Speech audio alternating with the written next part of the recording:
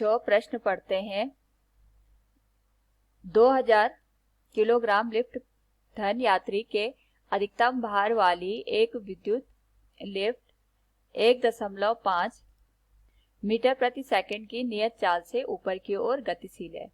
गति का विरोध करने वाला जो घर्षण बल है वो 3000 न्यूटन है। लिफ्ट को मोटर द्वारा दी गई न्यूनतम शक्ति वॉट में है। जी का मान 10 मीटर प्रति सेकंड की घात 2 हमें यहाँ पे लेके चलना है।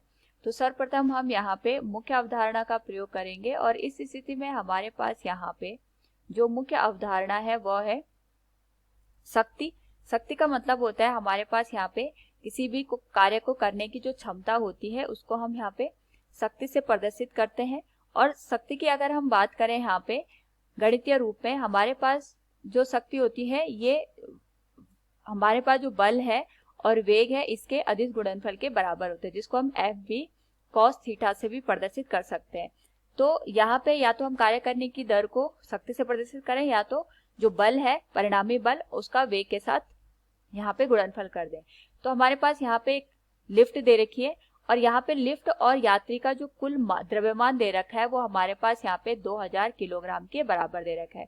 ये जो लिफ्ट है इसका जो यहाँ पे गति है वो ऊपर की दिशा में है। प्रश्न में दे रखा है जो लिफ्ट है वो ऊपर की दिशा में गतिशील है और इसका जो वेग है ये 1.5 मीटर प्रति सेकंड है। तो हमें पता है कि यहाँ पे घर्षण बल जो काम करता है वो गति का यहाँ पे विरोध करता है। तो इसका जो परिणामी गति है ऊपर की ओर है, इसका मतलब जो घर्षण बल होगा गति के विपरीत दिशा में यहाँ पे कार्य करेगा घर्षण बल, जिसको हम यहाँ पे स्मॉल एफ से प्रदर्शित कर सकते हैं। और साथ में यहाँ पे जो यात्री और लिफ्ट है इसका जो कुल भार होगा ये भी नीचे की दिशा में काम करेगा, इसको mg से हम प्रदर्शित करेंगे। यहाँ पे हमें इस बात से कंफ्यूज नहीं होना है कि घर्षण बल और जो इसका भार है दोनों नीचे की ओर कैसे आ गए। तो भार तो हमेशा हमारे पास गुरुत्वीय बल की जो त्वरण है उसकी दिशा में कार्य करता है और जो घर्षण बल है वो गति का यहाँ पे जो हमारे पास सापेक्ष गति होती है उसकी विपरीत दिशा में कार्य करता है। तो सापेक्ष गति ऊपर की ओर हो रही लिफ्ट की, इसलिए घर्षण बल की दिशा नीचे की ओर हो गई। अब हमें ये देखना है कि जो यहाँ पे घर्षण बल और इसका जो भार है इन दोनों का जो यहाँ पे परिणामी बल आएगा, ये दोनों एक दूसरे के समान दिशा में तो दोनों जुड़ जाएंगे। इन्हीं बल का विरोध करने के लिए यहाँ पे जो लिफ्ट में मोटर लगी है उसको कार्य करना पड़ेगा। यानी जितना इन दोनों को मिला के यहाँ पे बल आएगा और इस बल के द्वारा यहाँ पे 1.5 मीटर प्रति सेकंड का वेग ऊपर की दिशा में हमें चलाना है, तो इसके लिए मोटर को यहाँ पे कार्य करना पड़ेगा और या फिर हमें यहाँ पे शक्ति निकालनी पड़ेगी कि जो मोटर यहाँ पे कर रही है। तो जो शक्ति हमारे पास यहाँ पे आएगी वो आएगा कुल बल गुणा हमारे पास वेग आ जाएगा, क्योंकि वेग ऊपर को है और परिणामी बल नीचे को कार्य कर रहा है। तो थीटा का मान इस स्थिति में 180 डिग्री आ जाएगा। तो कॉस 180 का मान हमारे पास ऋण 1 होता है।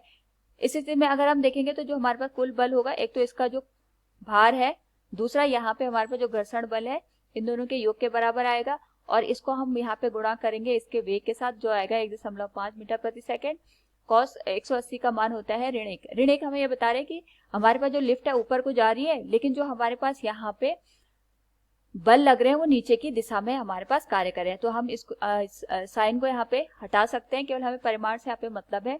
तो इसका जो भार होगा ये आ जाएगा 2000 गुणा 10 धन 3000 गुणा 1.5। इनको अगर हम यहाँ पे देखें तो ये आ जाएगा 20,000 में 3000 जोड़ेंगे तो 23,000 गुणा 1.5, कुल मान आ जाएगा हमारे पास यहाँ पे 34,500 वॉट के बराबर।